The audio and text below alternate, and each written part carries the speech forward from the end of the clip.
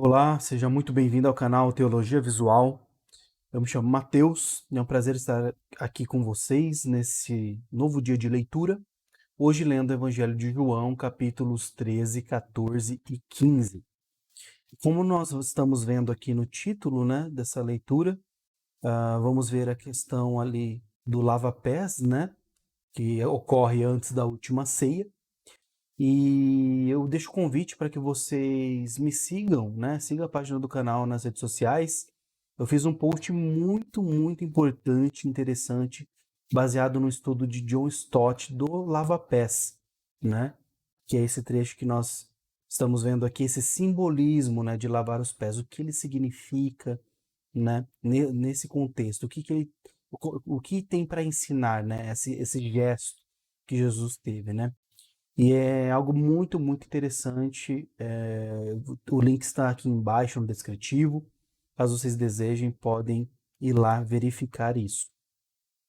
E nós vamos ver então essa questão, nesses próximos 3 capítulos dessa última ceia, traição, de Judas, e outras questões. Jesus se colocando como o caminho para Deus, ele se colocando como também a videira verdadeira, novamente explicando, buscando explicar de uma maneira que nós, em termos que nós podemos entender, termos aqui deste mundo, mas tratando ao mesmo tempo de coisas mais altas, coisas celestiais, usando então desse tipo de tratamento, de explicação. E é algo que ocorre no Evangelho de João todo, certo? Então vamos ler aqui. Tomar um gole de água.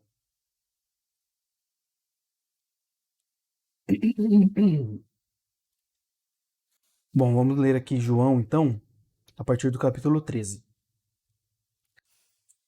Antes da festa da Páscoa, Jesus sabia que havia chegado sua hora de deixar este mundo e voltar para o Pai. Ele tinha amado seus discípulos durante seu ministério na terra e os amou até o fim. Estava na hora do jantar e o diabo já havia instigado Judas, filho de Simão Iscariotes, a trair Jesus. Jesus sabia que o Pai lhe dera autoridade sobre todas as coisas e que viera de Deus e voltaria para Deus. Assim, levantou-se da mesa, tirou a capa e enrolou uma toalha na cintura. Depois derramou a água numa bacia e começou a lavar os pés de seus discípulos, enxugando-os com a toalha que estava em sua cintura. Quando Jesus chegou a Simão Pedro, este lhe disse: Senhor, vai lavar os meus pés? Jesus respondeu: Você não entende agora o que eu estou fazendo, mas algum dia entenderá. Lavar os meus pés? De jeito nenhum, protestou Pedro. Jesus respondeu: Se eu não lavar você não terá comunhão comigo. Simão Pedro exclamou: Senhor, então lave também minhas mãos e minha cabeça, e não somente os meus pés. Jesus respondeu: A pessoa que tomou banho completo só precisa lavar os pés para ficar totalmente limpa. E vocês estão limpos, mas nem todos. Pois Jesus sabia quem o trairia. Foi a isso que se referiu quando disse: Nem todos vocês estão limpos. Pois, depois de lavar os pés deles, Jesus vestiu a capa novamente, retornou a seu lugar e perguntou: Vocês entendem o que fiz? Vocês me chamam de mestre e senhor, e têm razão, porque eu sou.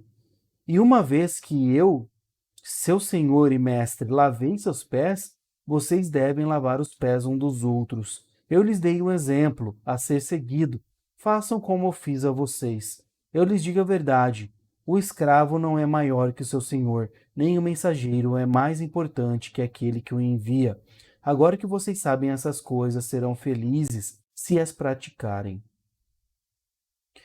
Não digo essas coisas a todos vocês. Conheço os que escolhi, mas isso cumpre as escrituras que dizem: Aquele que come do meu alimento voltou-se contra mim. Eu lhes digo isso de antemão, para que, quando acontecer, vocês creiam que eu sou aquele que eu sou aquele de quem falam as escrituras. Eu lhes digo a verdade, Quem recebe aquele que envio, recebe a mim, e quem recebe a mim, recebe o Pai que me enviou. Então Jesus sentiu profunda angústia e exclamou: Eu lhes digo a verdade, um de vocês vai me trair. Os discípulos olharam uns para os outros sem saber a quem ele se referia.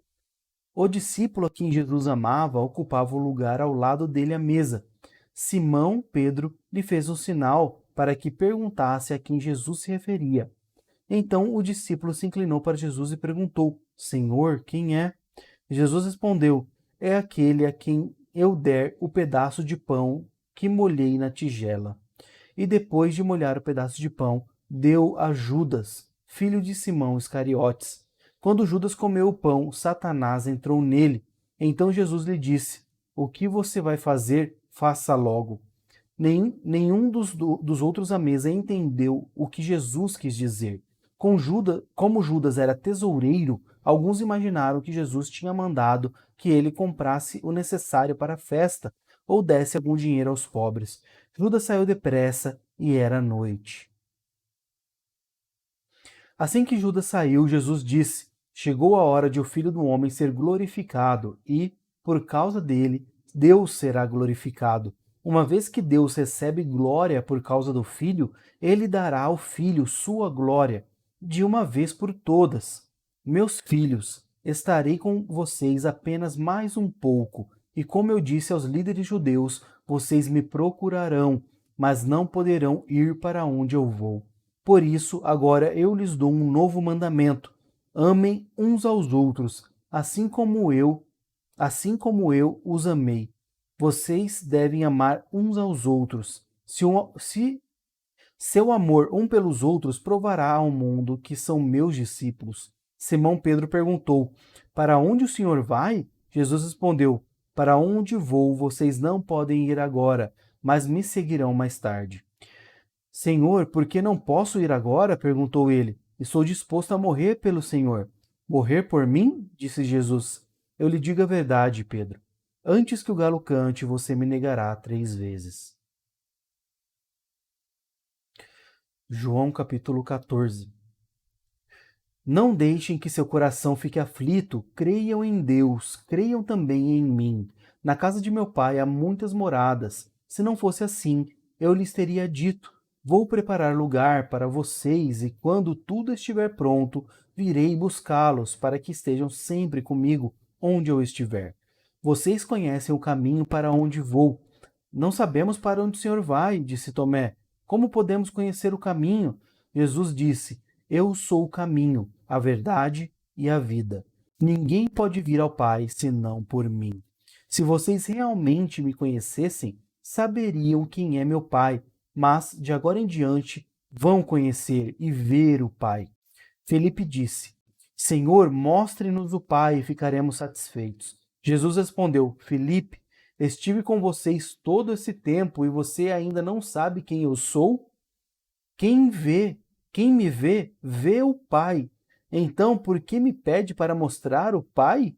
Você não crê que eu estou no Pai e o Pai está em mim? As palavras que eu digo não são minhas, mas de meu Pai, que permanece em mim e realiza suas obras por meu intermédio. Apenas creiam que eu estou no Pai e que o Pai está em mim, ou creiam pelo menos por causa das obras que me viram realizar. Eu lhes digo a verdade: quem crê em mim fará as mesmas obras que tenho realizado, e até maiores, pois eu vou para o Pai. Vocês podem pedir qualquer coisa em meu nome, e eu farei para que o Filho glorifique o Pai. Sim, peçam qualquer coisa em meu nome, e eu farei. Se vocês me amam, obedeçam a meus mandamentos, e eu pedirei ao Pai, e ele lhes dará outro encorajador, que nunca os deixará. É o Espírito da Verdade. O mundo não pode receber, pois não o vê e nem o conhece, e não o conhece. Mas vocês o conhecem, pois ele habita com vocês agora, e depois entrará em vocês. Não os deixarei órfãos, voltarei para vocês. Em breve o mundo não me verá mais, mas vocês me verão, porque eu vivo, vocês também viverão. No dia em que eu for ressuscitado, vocês saberão que eu estou em meu Pai, vocês em mim e eu em vocês. Aqueles que aceitam meus mandamentos e me obedecem são os que me amam, e, porque me amam, serão amados por meu Pai. E eu também os amarei e me revelarei a cada um deles. Judas, não Iscariotes, disse: Por que o Senhor vai se revelar somente a nós e não ao mundo em geral? Jesus respondeu: Quem me ama faz o que eu ordeno. Meu Pai o amará, e nós viremos para morar nele. Quem não me ama não me obedece. E lembre-se, essas palavras não são minhas, elas vêm do Pai que me enviou. Eu digo essas coisas enquanto ainda estou com vocês. Mas quando o Pai enviar o encorajador, o Espírito Santo, como meu representante, ele lhes ensinará todas as coisas e os fará lembrar tudo o que eu lhes disse. Eu lhes deixo um presente, a minha plena paz. E essa paz que eu lhes dou é um presente que o mundo não pode dar. Portanto, não se aflijam nem tenham medo. Lembre-se do que lhes disse: Vou embora, mas voltarei para vocês. Se o amor por mim é real, vocês deveriam estar felizes, porque eu vou para o Pai, que é maior do que eu. Eu lhes disse essas coisas antes que aconteçam, para que, quando acontecerem, vocês creiam. Não tenho muito tempo mais para falar com vocês, pois o governante deste mundo se aproxima. Ele não tem poder algum sobre mim, mas farei o que o Pai requer de mim, para que o mundo saiba que eu o amo. Para o mundo saiba que eu amo o Pai. Levante-se e vamos embora. Então, o último capítulo de hoje, capítulo 15. Eu sou a videira verdadeira, e meu pai é o lavrador. Todo ramo que, estando em mim, não dá fruto, ele corta.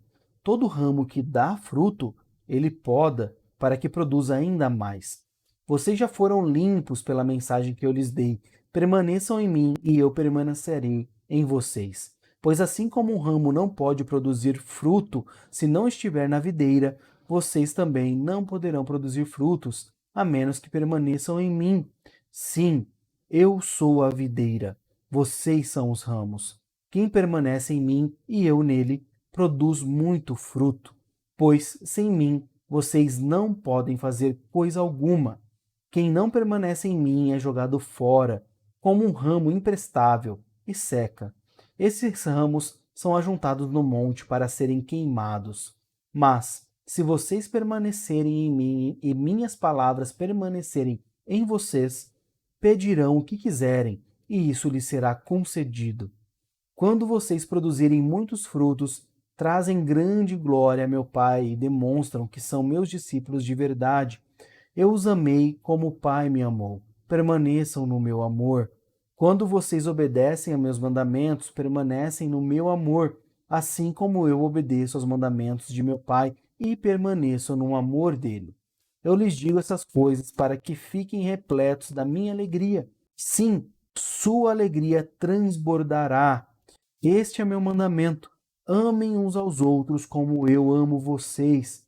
Não existe amor maior do que dar a vida por seus amigos. Vocês serão meus amigos se fizerem o que eu ordeno. Já não os chamo de escravos, pois o Senhor não faz confidências a seus escravos. Agora vocês são meus amigos, pois eu lhes disse tudo que o Pai me disse. Vocês não me escolheram, eu os escolhi. Eu os chamei para irem e produzirem frutos duradouros, para que o Pai lhes dê tudo o que pedirem em meu nome. Este é meu mandamento: amem uns aos outros. Se o mundo os odeia, lembre-se que primeiro odiou a mim. O mundo os amaria se pertencessem a ele, mas vocês já não fazem parte do mundo. Eu os escolhi para que não mais pertençam ao mundo, e por isso o mundo os odeia. Vocês se lembram do que eu lhes disse? O escravo não é maior que o seu senhor. Uma vez que eles me perseguiram, também os perseguirão. E se obedeceram a minha palavra, também obedecerão a sua. Farão tudo isso a vocês por minha causa, pois rejeitaram aquele que me enviou. Eles não seriam culpados se eu não tivesse vindo nem lhes falado. Agora, porém, não tem desculpa por seu pecado. Quem me odeia também odeia o Pai. Se eu não tivesse realizado no meio deles sinais que ninguém mais pode realizar, eles não seriam culpados. Agora, porém, viram tudo o que fiz e, no entanto, ainda odeiam a mim e a meu Pai. Isso cumpre o que está registrado nas Escrituras deles. Odiaram-me sem motivo. Mas eu enviarei a vocês o encorajador, o Espírito da Verdade, e ele virá do Pai e testemunhará a meu respeito. E vocês também devem testemunhar a meu respeito, porque estão comigo desde o início. Muito bem, terminamos então a leitura de João capítulo 13, 14 e 15. E Jesus falando abertamente aqui o que iria de ocorrer com ele e também pedindo, né, que os discípulos anunciassem, né, a ele e que eles receberiam o auxiliador, né, que iria preenchê-los, né, mais tarde, que é o Espírito Santo. E o Espírito Santo os faria relembrar de suas palavras, iria consolar, né, o Consolador, iria consolar ele e estaria dentro deles, né? Jesus diz bem claramente aqui que o Espírito Santo ele já estava no meio deles. Mas quando Jesus o enviasse, né, após ascender aos céus, ele não estaria mais somente entre eles, mas dentro deles, né?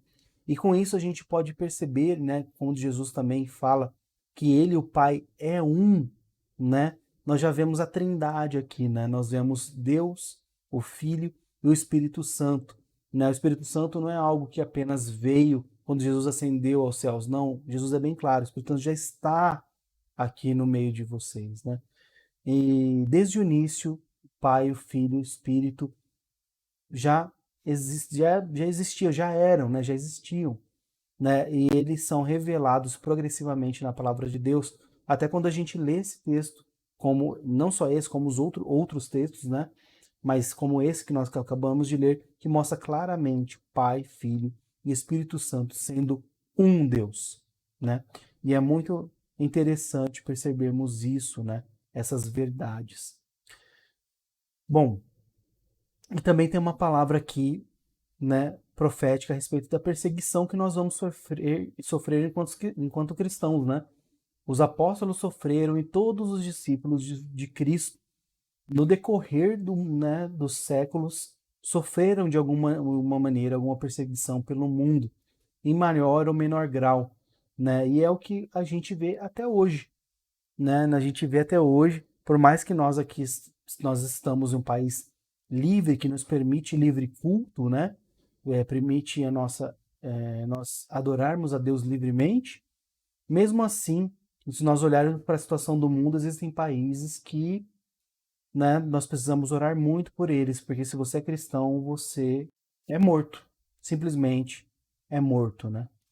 E isso é uma realidade, né? Infelizmente é uma realidade, mas isso é algo que cumpre, né, a palavra de Deus, cumpre o que está escrito aqui, certo? Bom, muito obrigado por estarem acompanhando até agora. Fiquem com Deus e nos vemos amanhã com a leitura de mais 3 capítulos de João 16, 17 e 18. Forte abraço a todos e até amanhã.